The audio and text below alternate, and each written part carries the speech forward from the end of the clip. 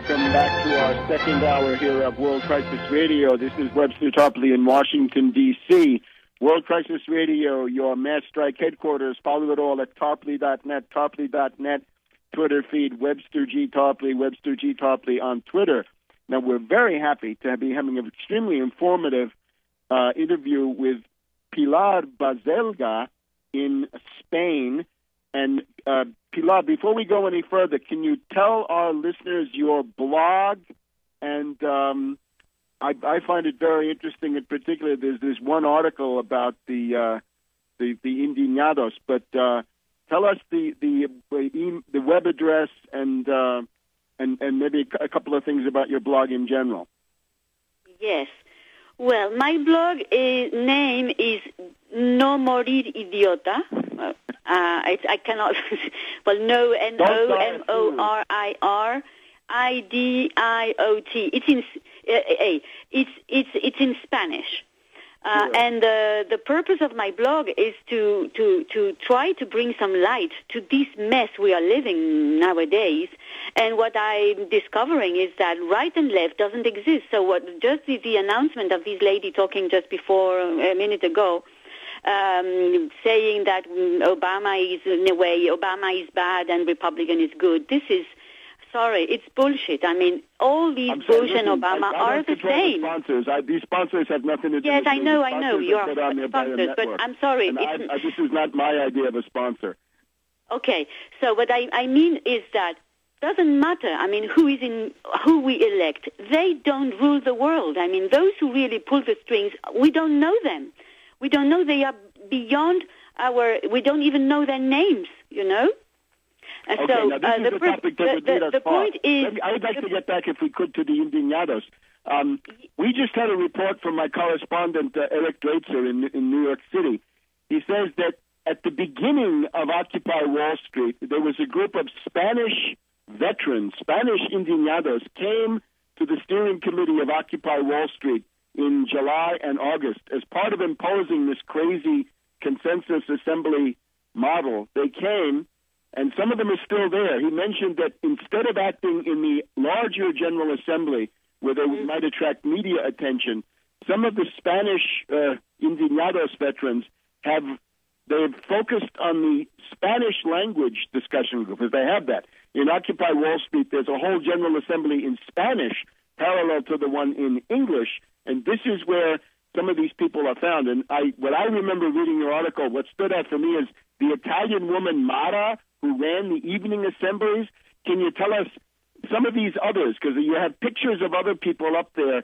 Could you give us just a quick rundown on some of these individuals and their specialties? Maybe it would be possible to identify some of them. The people who wrecked Madrid are now busy wrecking in Occupy Wall Street.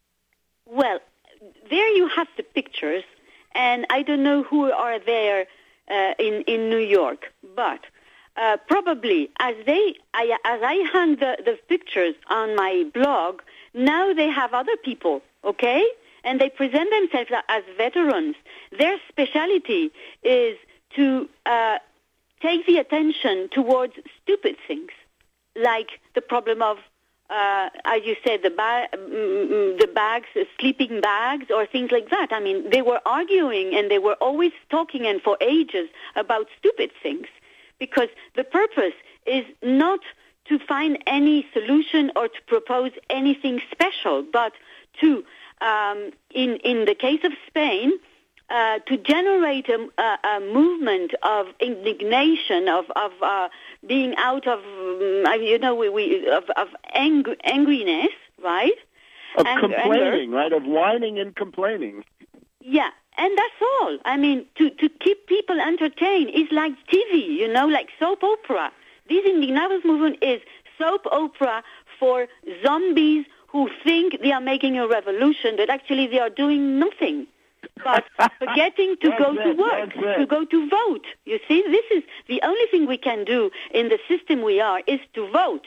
And this movement was bringing people not to vote. And that's why we have what we have now. And it's going to be worse in the future. And I don't agree at all with what you sent to me when you say that we have to turn right to find a solution. It's not right or left. It's always the same thing. Bankers are running the world, and they are doing anything to make us follow their stupid movement of monopoly money that has nothing behind, as you know.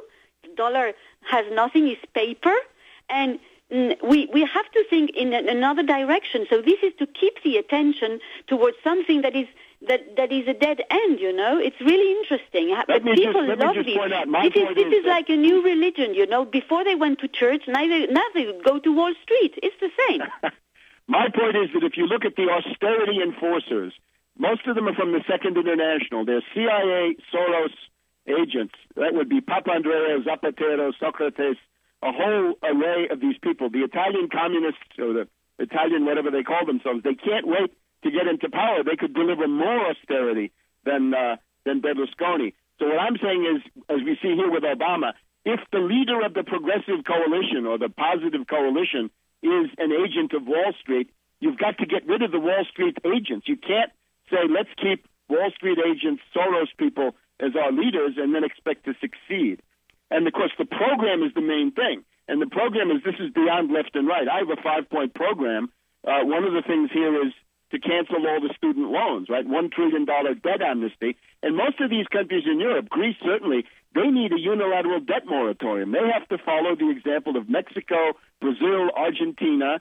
Cancel the debt. You can easily get 50 to 60% debt reduction by taking the step of a debt moratorium. But rather than a long policy discussion, tell us more about what it looked like on the ground in Madrid when these people were intervening. What did they do? Did they cut people off? How did they do it? You said that there was the secret headquarters behind the scenes where it was all planned. Well, I was not a detective, you know. I am not James Bond, so I just wanted to be sure of my feeling. I don't know exactly all the details, but what was evident is that those who were in every commission, because it was divided in commissions, the commissions talking about laws, the commission about energy, the commission about, you know, they were different, is that in all these groups, you had people belonging to the background, backstage movement, right? And they were directing. For example, you went to a commission, you start talking about whatever you want, but what was finally wrote on the summary of what was said is what they wanted to be written. You understand what I mean? It was everything. It was very well planned. These are people, are professional, real professionals of manipulation people. And then those who are free thinkers like me, we just look at that and we just left the camp. Right? And those who were there were zombies, you know, these people who, and then at night, what was very interesting is that we're bringing drugs and they were paying the beggars. They were paying the beggars to stay in the camp when they wanted to get rid of the camp. So the mission was to the right wing to win the elections. Once this was done, all the assemblies were talking about let's abandon the camp, right? We didn't have to be here anymore. So to destroy the movement, they paid beggars and homeless to be there among to destroy the movement so that let's say in a way people who have a bathtub at home, right, went out because it was unbearable to be there with all these beggars and homeless hanging around. You see, it was very, very well done. But just my question is, these professionals, right, these professional manipulators, yes. Where do they come from? What is the background that they seem to have? Well, so I wrote it down, and I can say it on the. This is my opinion. Go ahead. I haven't. Yes, the name of this guy is Enrique Dans, D-A-N-S.